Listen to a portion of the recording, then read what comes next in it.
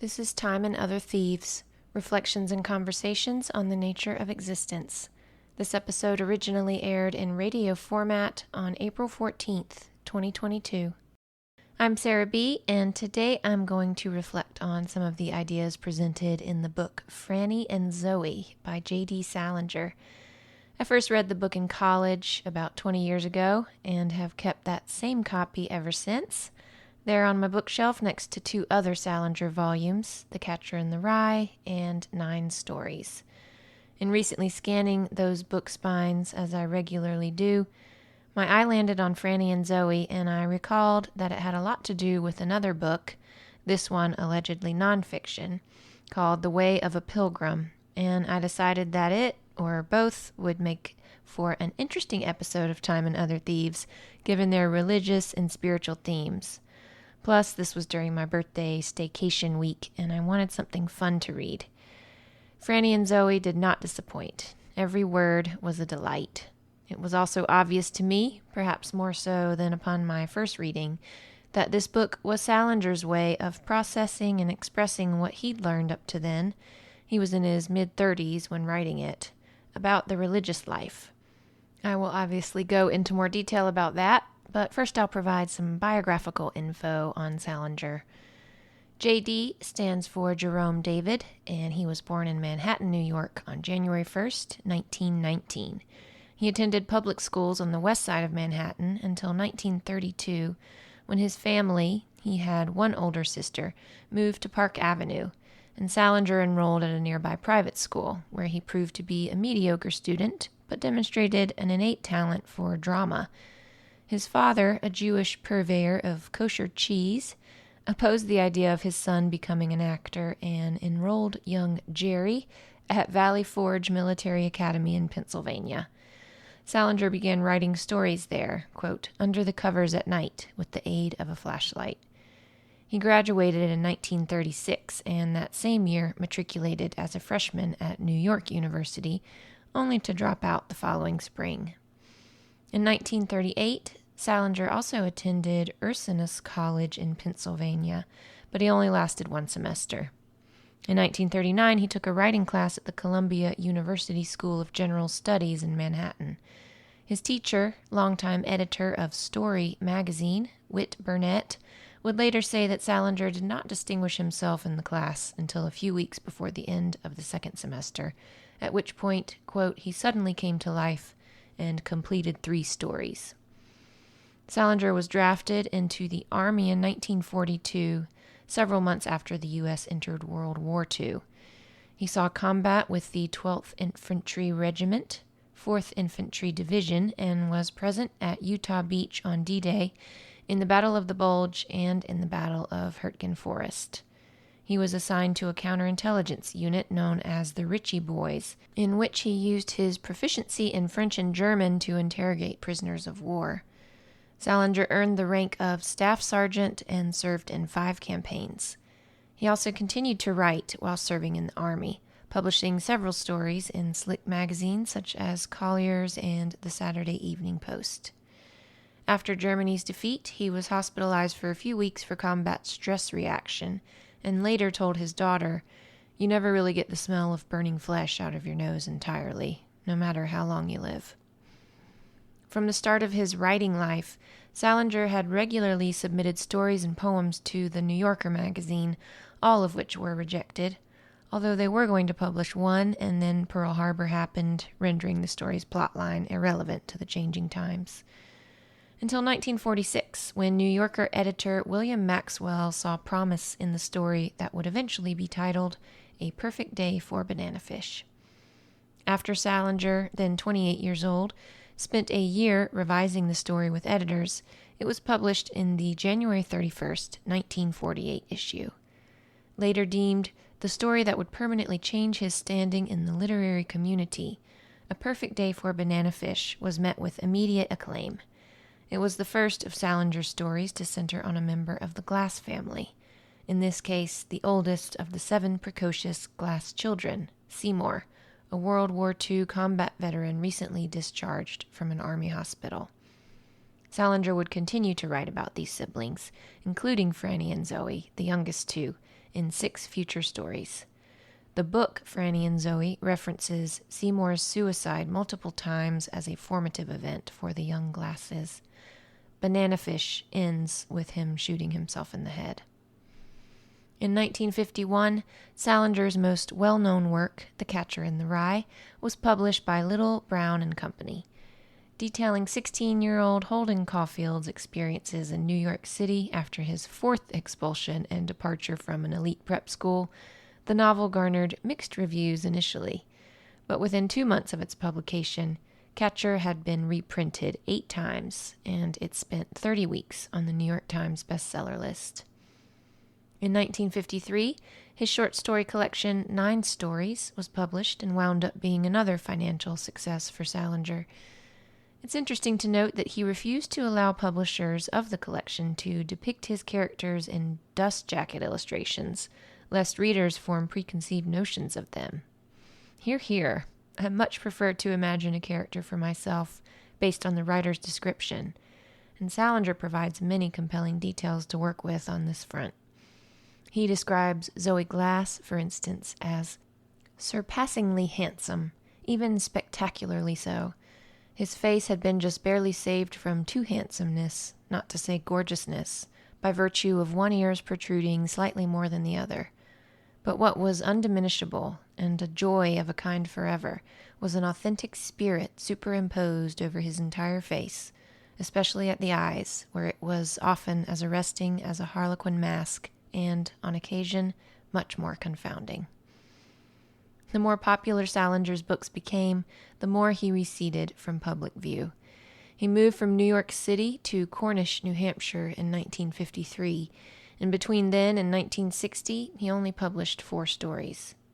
Fun fact, in W.P. Kinsella's 1982 novel, Shoeless Joe, which would be adapted for cinema as Field of Dreams, the main character kidnaps the reclusive Salinger to take him to a baseball game.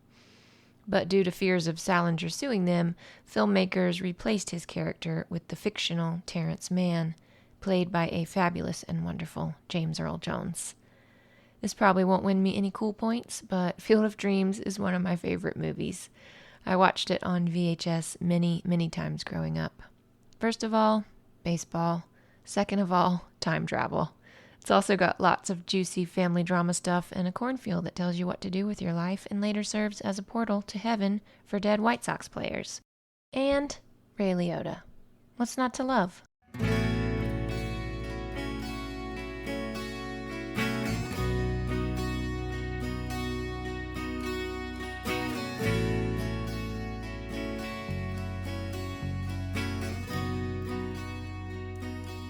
In February of 1955, at 36 years old, Salinger got married for a second time, the first time being when he was fresh out of combat. That union only lasted 8 months.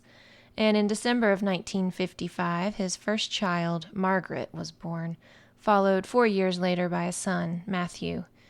Such a lifestyle would not have been possible for Salinger had he remained an adherent of Advaita Vedanta Hinduism, which he'd become an adherent of in 1952 after several years of practicing Zen Buddhism and then reading the Gospel of Sri Ramakrishna, a copy of which I just purchased for myself. Ramakrishna's Hinduism advocated celibacy for those seeking enlightenment and detachment from human responsibilities such as family. Margaret Salinger wrote in her memoir Dreamcatcher that due to her father espousing this branch of Hinduism, her parents would not have married or had children if he hadn't also read the teachings of Lahira Mahasaya, a guru of Paramahansa Yogananda, author of Autobiography of a Yogi, which brought the possibility of enlightenment to those following the path of the householder or married person with children. Salinger and his wife, Claire Douglas, were initiated into the path of Kriya Yoga in the summer of 1955. His interest in various spiritual paths is quite evident in Franny and Zooey, and why I'm going to talk about the book today, which isn't, as I mistakenly said at the end of last week's show, a novel, but a volume containing a short story and a novella. The story Franny was first published in The New Yorker in January of 1955, and apparently certain aspects of it were based on Salinger's relationship with his wife, who also owned a copy of The Way of a Pilgrim, which features prominently in the story and its accompanying novella, Zooey. Salinger's wife, Claire, grew frustrated with his always changing religious beliefs, which she thought provided a distraction for him from the suffering he endured as a writer. After abandoning Kriya Yoga, he tried Dianetics, the forerunner of Scientology, but according to Claire, was quickly disenchanted with it. This foray was followed by an adherence to a number of other spiritual, medical, and nutritional belief systems, including Christian Science, homeopathy, acupuncture, macrobiotics, and a fascination with American clairvoyant Edgar Cayce, who claimed to channel from his higher self while in a trance-like state. In the mid-1960s, Salinger was drawn to Sufi mysticism through the writer and thinker Idries Shah's seminal work, The Sufis, which I also just purchased a copy of. After the book publication of Franny and Zooey in 1961 and Raise High the Roof Beam Carpenters in 1963, Salinger published only one other thing, a novella called Hapworth 16, 1924, which I'd never heard of before reading his Wikipedia page in preparation for this episode. It's written in the form of a long letter by 7-year-old Seymour Glass to his parents from summer camp. Published as the bulk of a New Yorker issue in 1965, it was universally panned by critics. In September of 1966, Salinger's wife initiated a separation after becoming, according to Margaret, a virtual prisoner, due to JD's isolating her more and more from friends and relatives.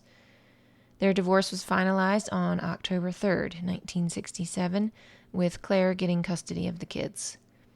JD remained close to his family, though.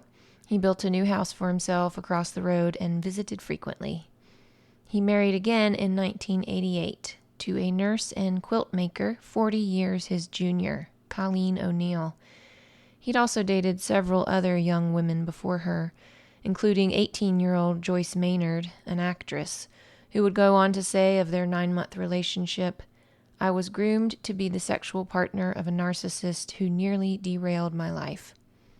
Salinger and Colleen, however, remained married until he died on January 27, 2010, at the age of 91. He perished of natural causes at his home in New Hampshire.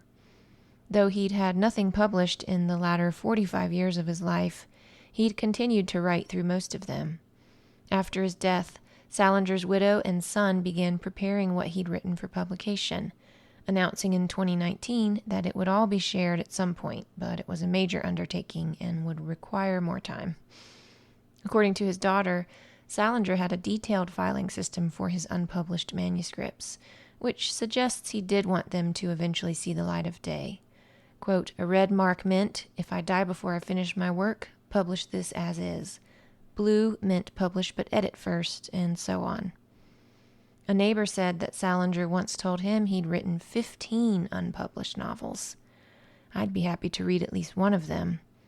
If it's even half as pleasurable an experience as reading The Catcher in the Rye or Franny and Zooey, I'd consider it worth my time.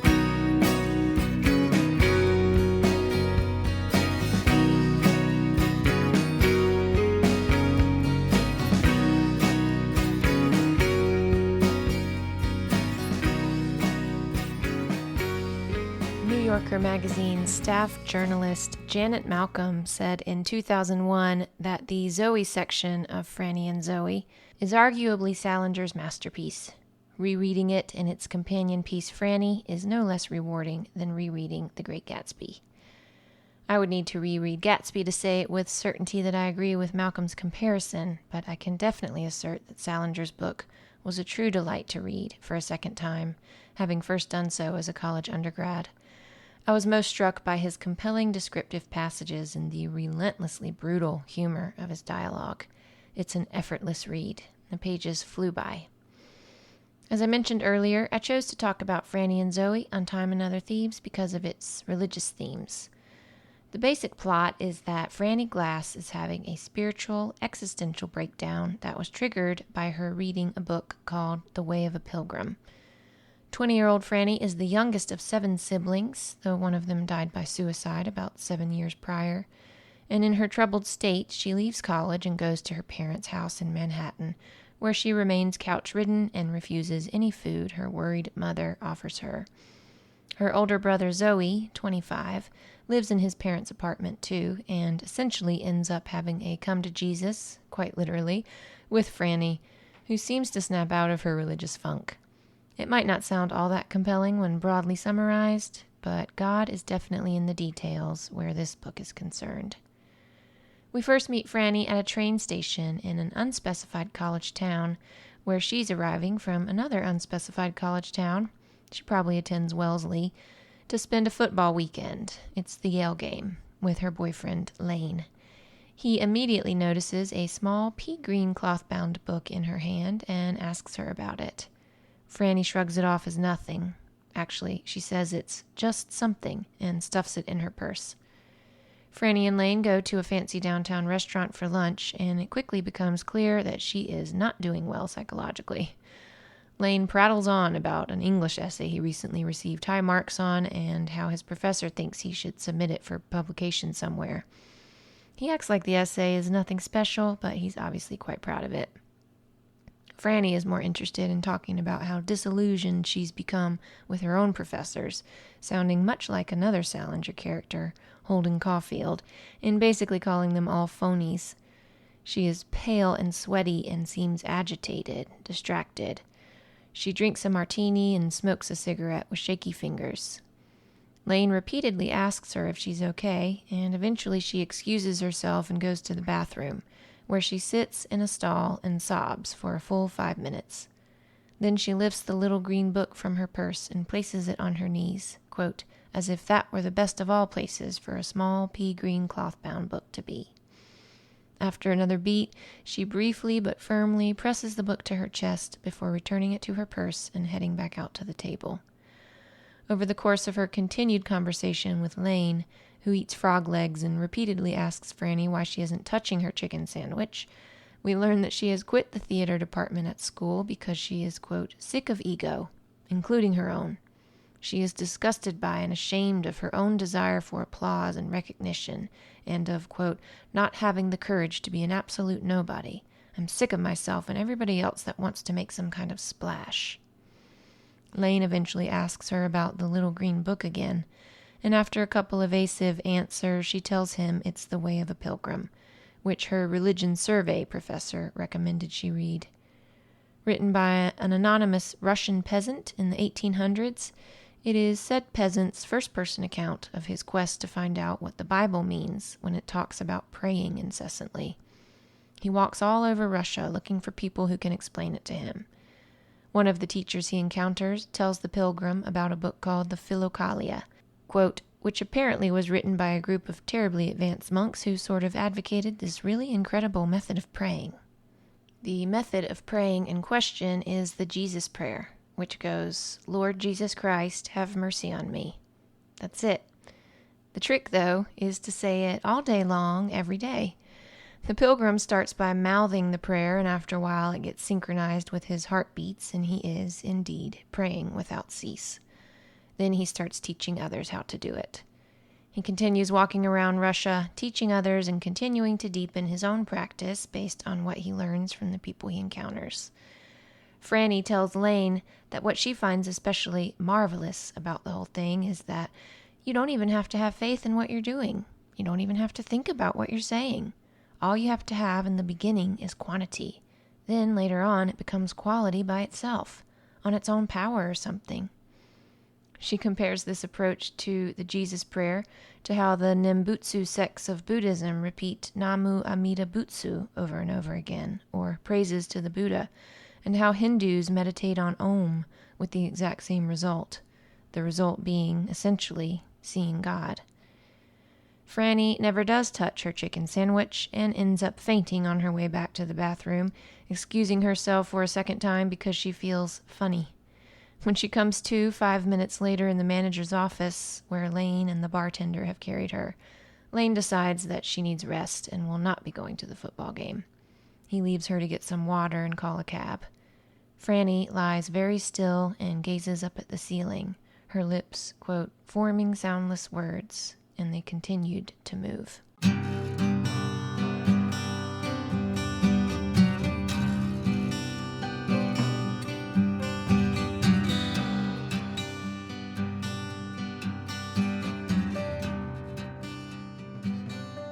So, of course, I had to read The Way of a Pilgrim.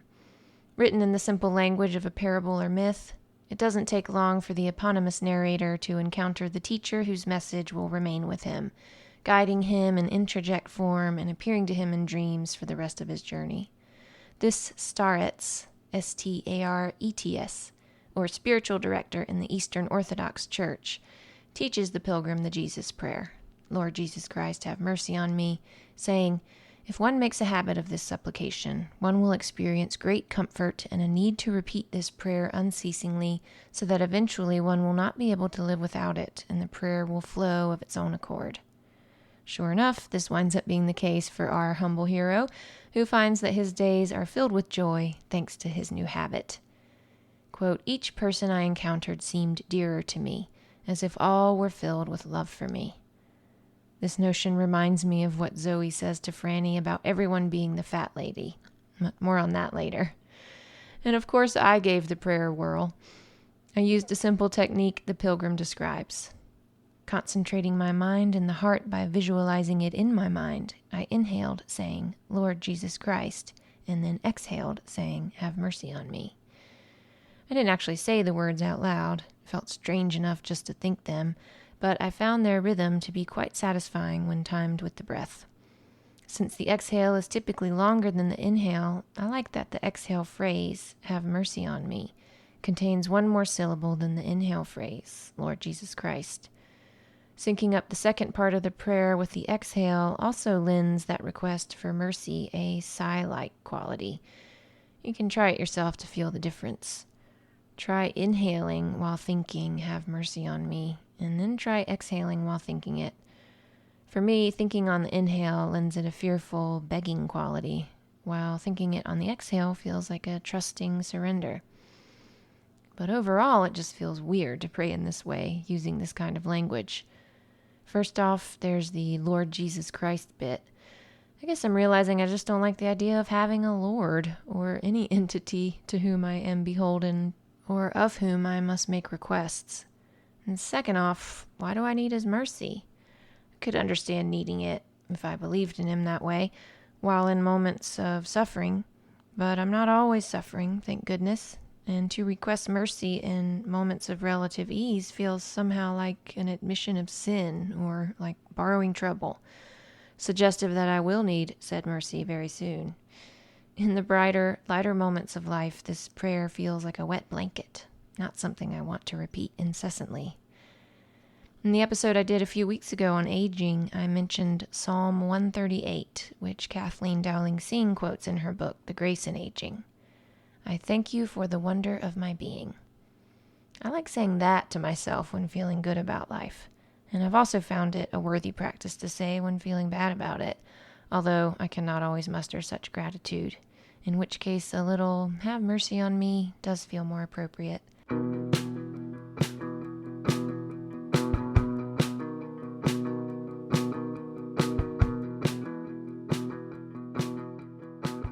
The latter titular character, Zooey, is Franny's older brother, 25 to her 20, and when we first meet him, he's in the bathtub, smoking a cigarette and reading a long letter whose many pages are so creased and delicate he's obviously read them multiple times before.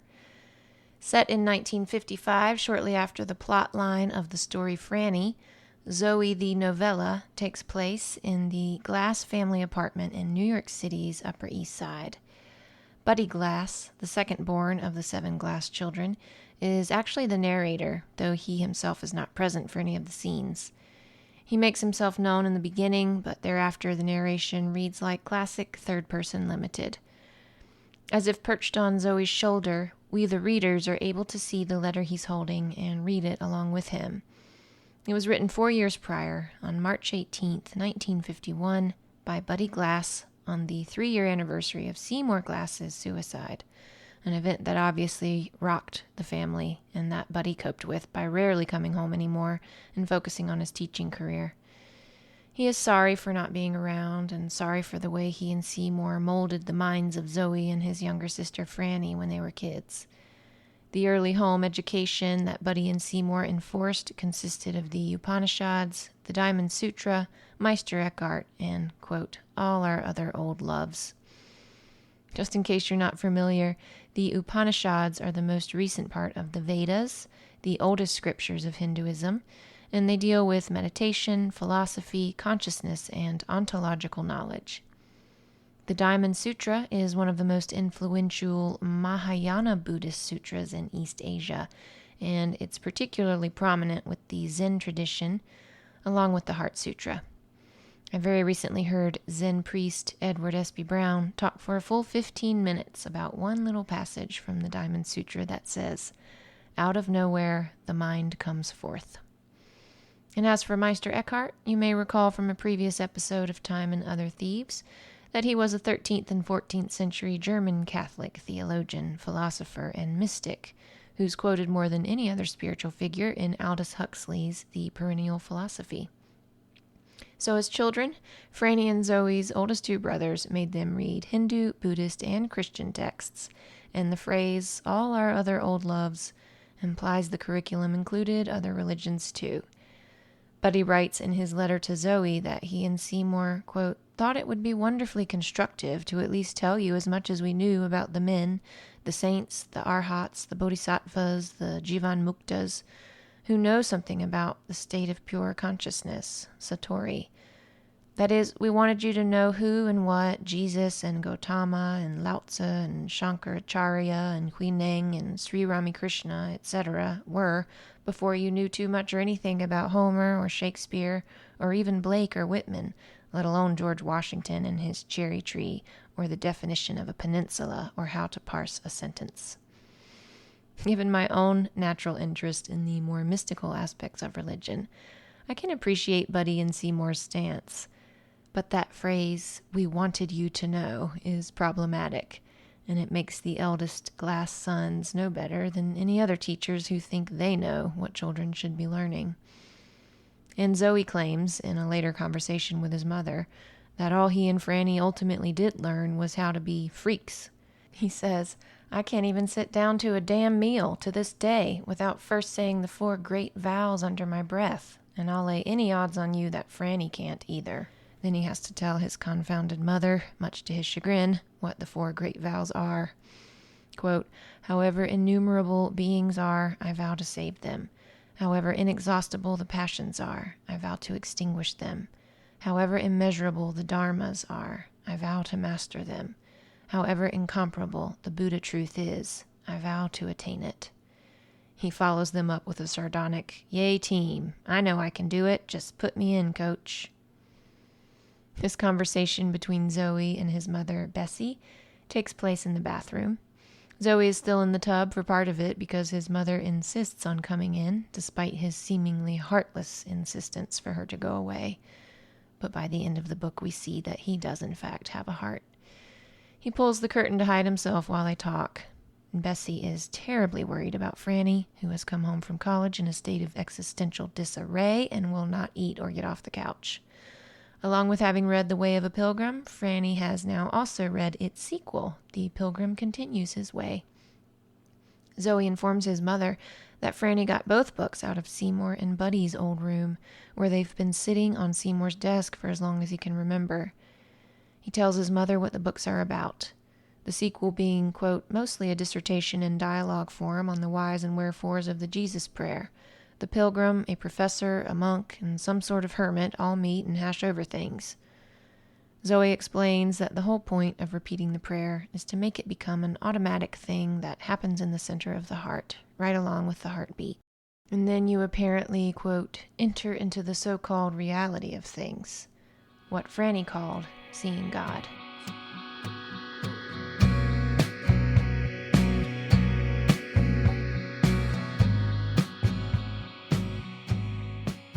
The bathroom scene between Zooey and Bessie not only sets the stage for the living room scene between Zooey and Franny, but also makes it very clear to readers what kind of person we're dealing with in Zooey Glass.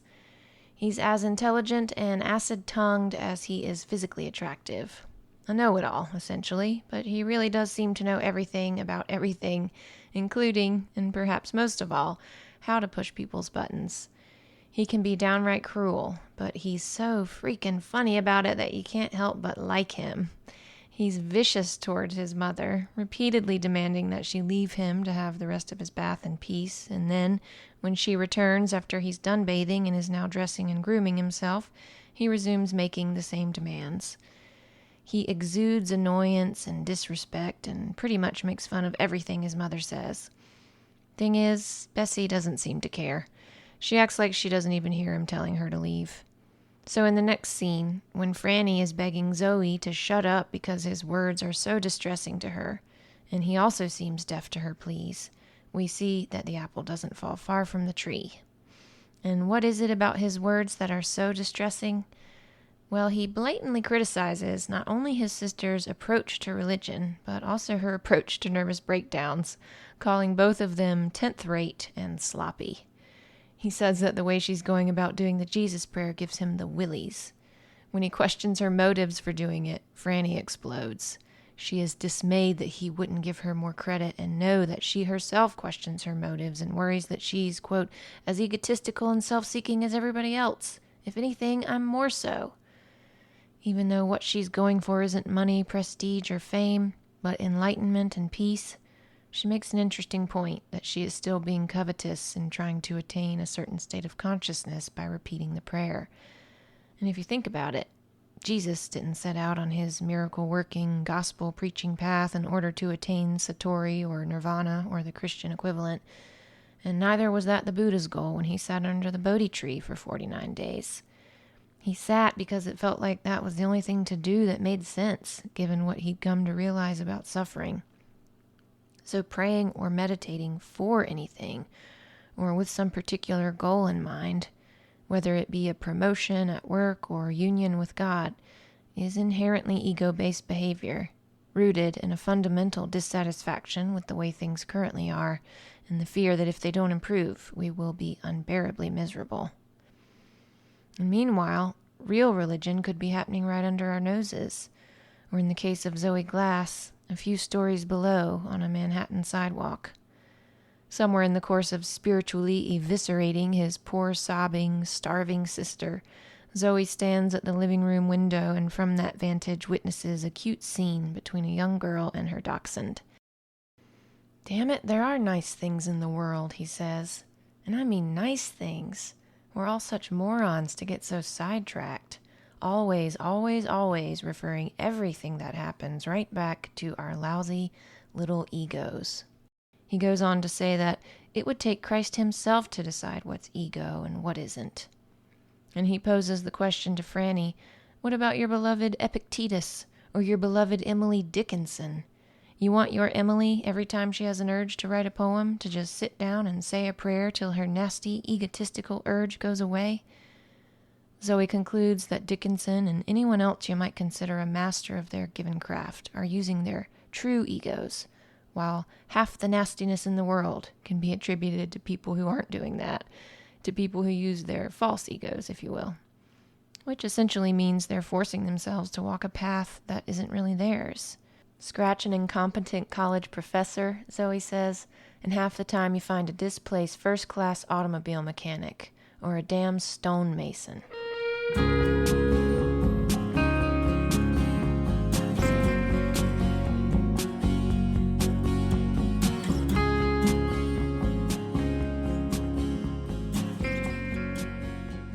In his talk of true and false egos, Zooey seems to be insinuating that Franny isn't using her true ego in saying the Jesus prayer, which is probably why it's having such a negative effect on her. Well, that, and according to Zooey, she doesn't understand Jesus.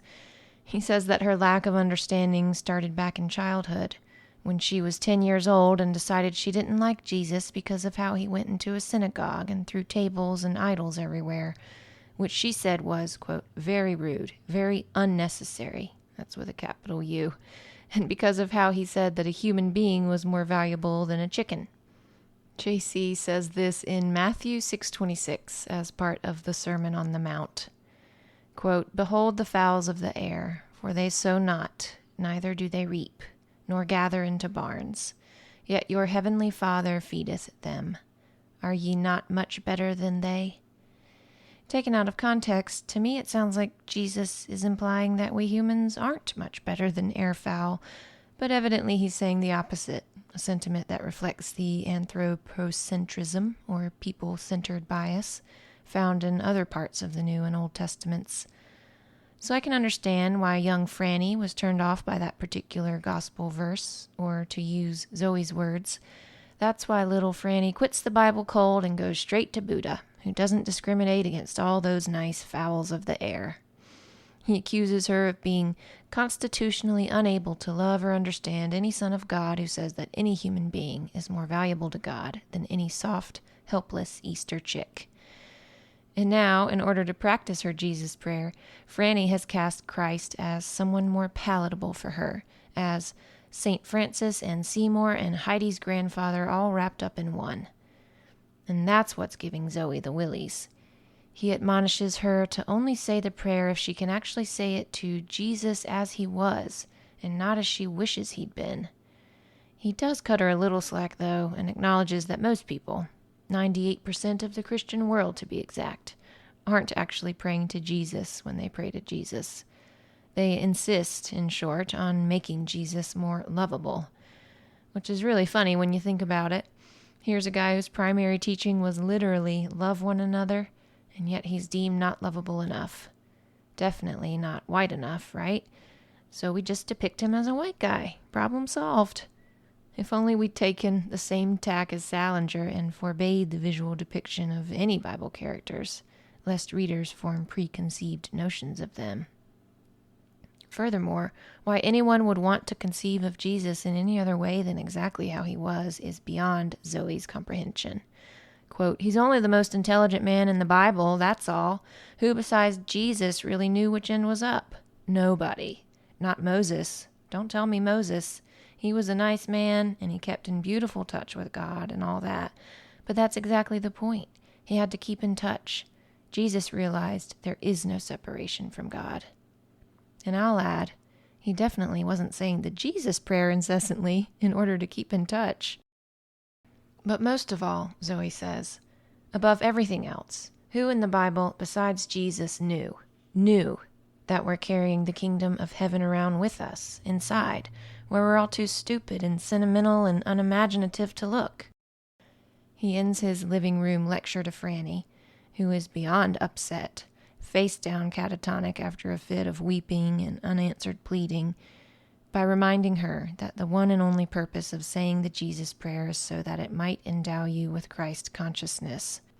It is not a tool for, quote, creating some little cozy, holier-than-thou trysting place with some sticky, adorable divine personage who will take you in his arms and relieve you of all your duties.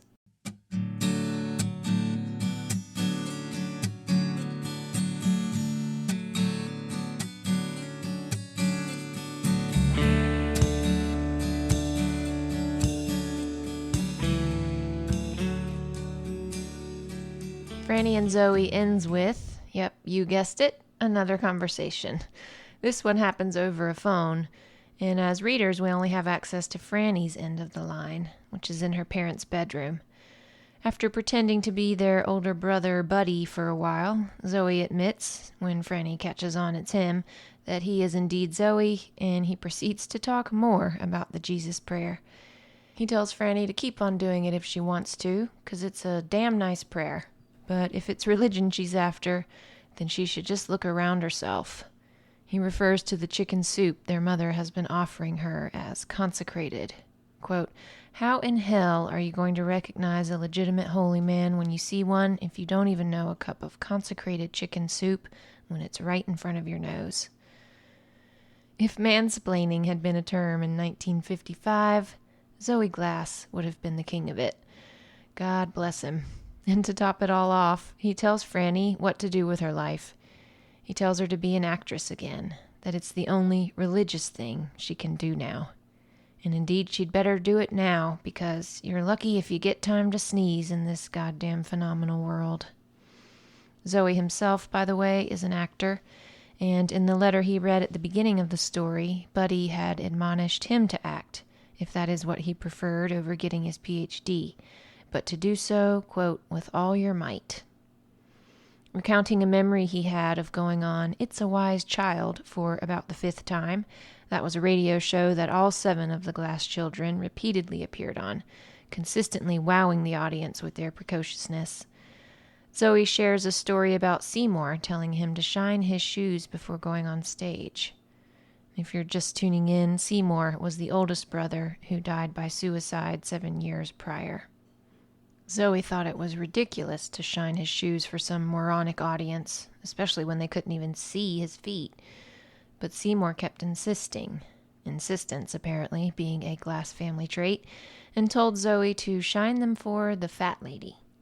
He never explained who the fat lady was, but Zooey could tell by his brother's expression, what he describes to Franny as a very Seymour look on his face, that the fat lady was important, and so he shined his shoes every time he went on the air after that. Turns out Seymour told Franny to do the same thing when she was a contestant on It's a Wise Child. He told her to shine her shoes for the fat lady. And Franny's vision of the fat lady turns out to be very similar to Zooey's. She's a sweaty, fly-swatting woman who sits on a porch all day long with her radio blasting, and she probably has cancer. Then Zooey delivers the punchline of the whole book, what he calls a terrible secret. Everybody is Seymour's fat lady, and Seymour's fat lady is actually Christ himself, and therefore everybody is Christ himself. Even the phony poets and incompetent professors and the idiotic audience members and soup-serving mothers and everyone else Franny judges. The Jesus prayer really changes, doesn't it, when you think of Christ in that way? Lord, fat lady, have mercy on me.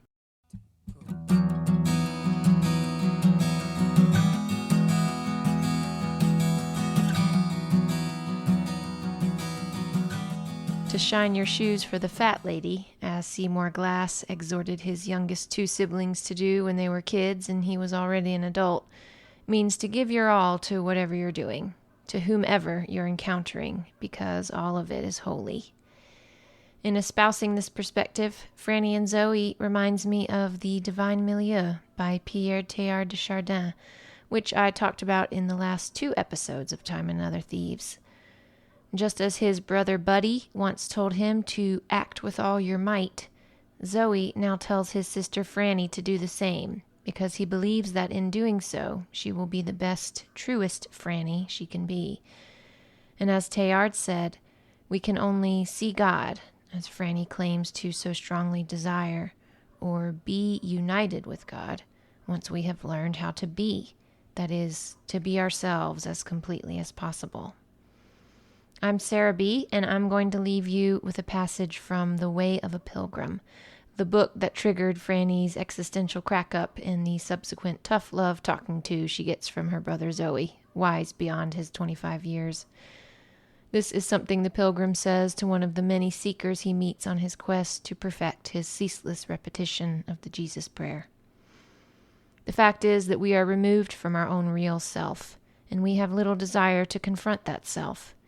Instead, we run from any encounter with our real self, choosing small trifles over the truth.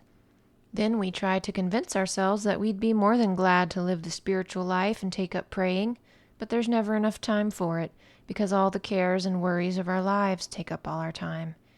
And yet, what is more important, the redemptive, eternal life of the soul, or the short-lived life of the body, which we spend so much time attending to?